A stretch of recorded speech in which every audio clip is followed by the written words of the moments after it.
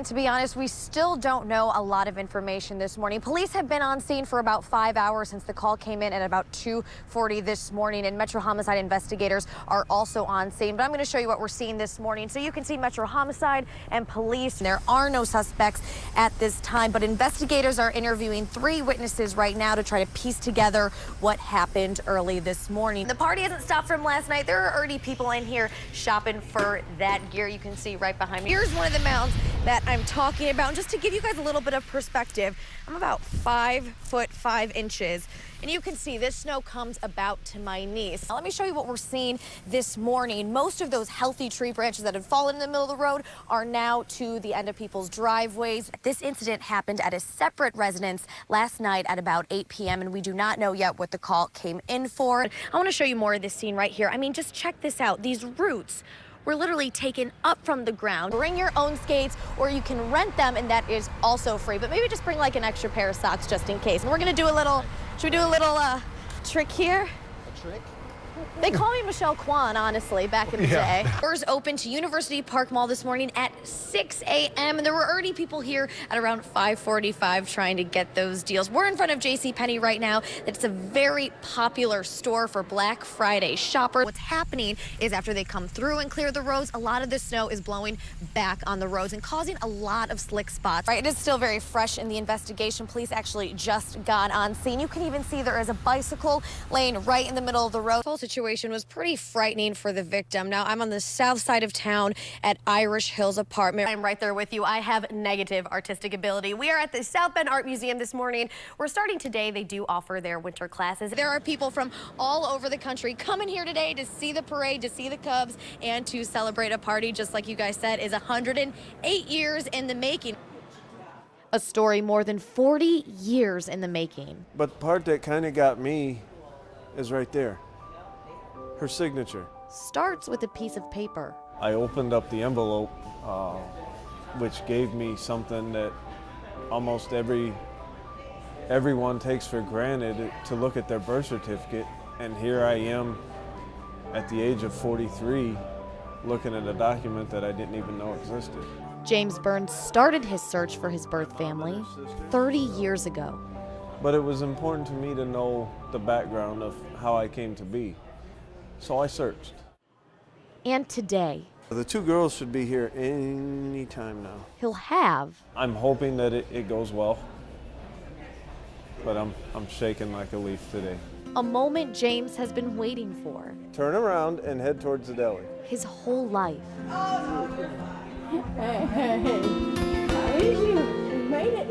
Biological cousins and aunts met James for the first time at Martin's Supermarket. How can you put it into words? You know, you find a long-lost family member. How can you put it into words? I mean, it's just amazing. It's awesome. It's exciting.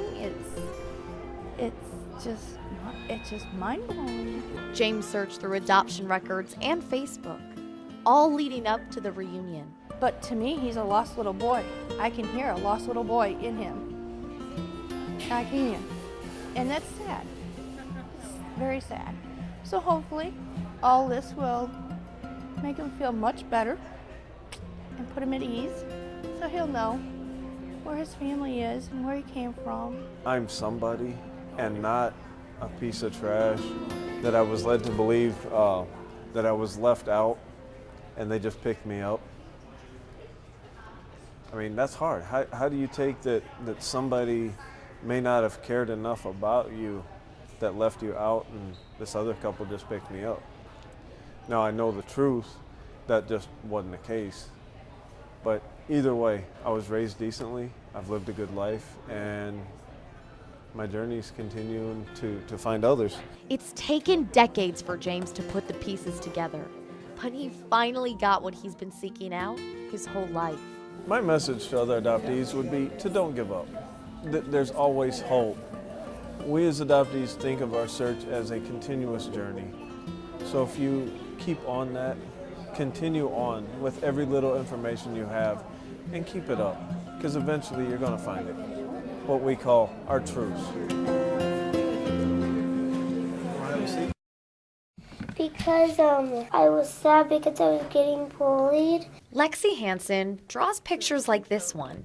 She wants to be an artist when she grows up. And the glasses she wears helps her draw. He just says I look weird and I have googly eyes. That's what Lexi's bully calls her. She came home one day and she was crying, and I'm like, what's wrong? And she's like, well, he pushed me down the stairs on the bus. So what's being done to keep kids like Lexi from being bullied? Indiana schools have statewide initiatives like Positive Behavioral Interventions and Supports, or IPBS. It pushes for positive character development with rewards. When we really believe that we have a true bully, defined by the books, we try to give them, counseling. We hook them up with a social worker. Our social worker or counselor will reach out to families and get them referrals to outside agencies. But it's important, that is very important, to remember that it's not just about the victim, it's also about the person bullying, because they're hurting too. Marshall primary student Jayshawn Caldwell used to be a bully. Well, I had started bullying when I was like 9 years old, then I stopped. Then I just protect people. South Bend schools are taking prevention to the next level by training people in character education and citizenship. There's lots of barriers, but again, the research shows social and emotional learning is important.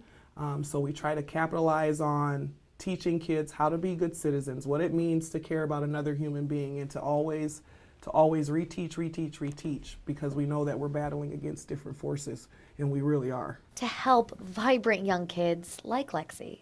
I would say that you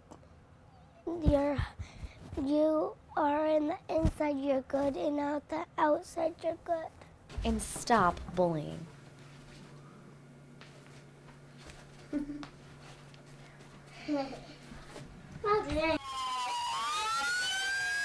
Monday, September 26th.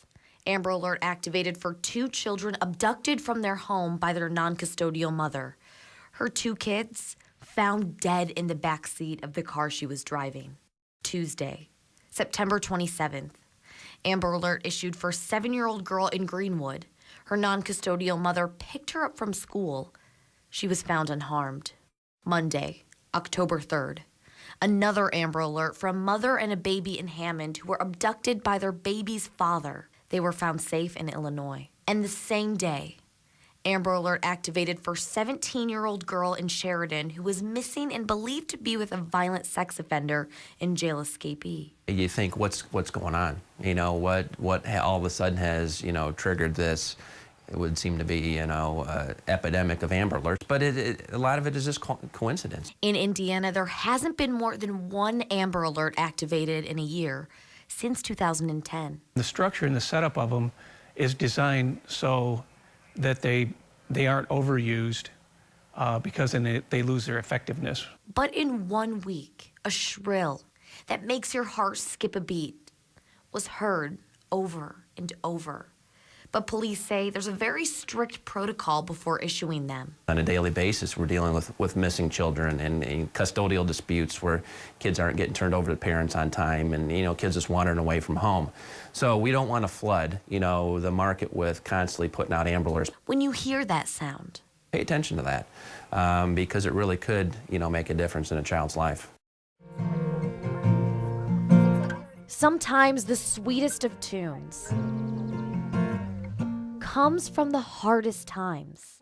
I'm covered in guilt and shame. A year ago, 24-year-old Savannah Whitaker was homeless when she met Steve Toman in the most unexpected way. I was doing a photo shoot in an alleyway, and I didn't know it was him until we moved into his apartment. And he was walking up to his apartment, I'm assuming, and he said, "Wow, you've got a really amazing voice." And I was like, "Thank you." 2 weeks later, Steve died unexpectedly. Savannah and her friend went to the funeral, and that's where Savannah met Steve's mother, Debbie. At the funeral, it was just briefly, but it was 2 days later she came with her friend, and Savannah sang to me. It was the most beautiful song I had ever heard, and it was just about not really being able, to make it through, but God gets you through it. A voice that brought Debbie and her daughter Shannon to tears. Maybe it's the darkest hour. Debbie invited Savannah to stay for good.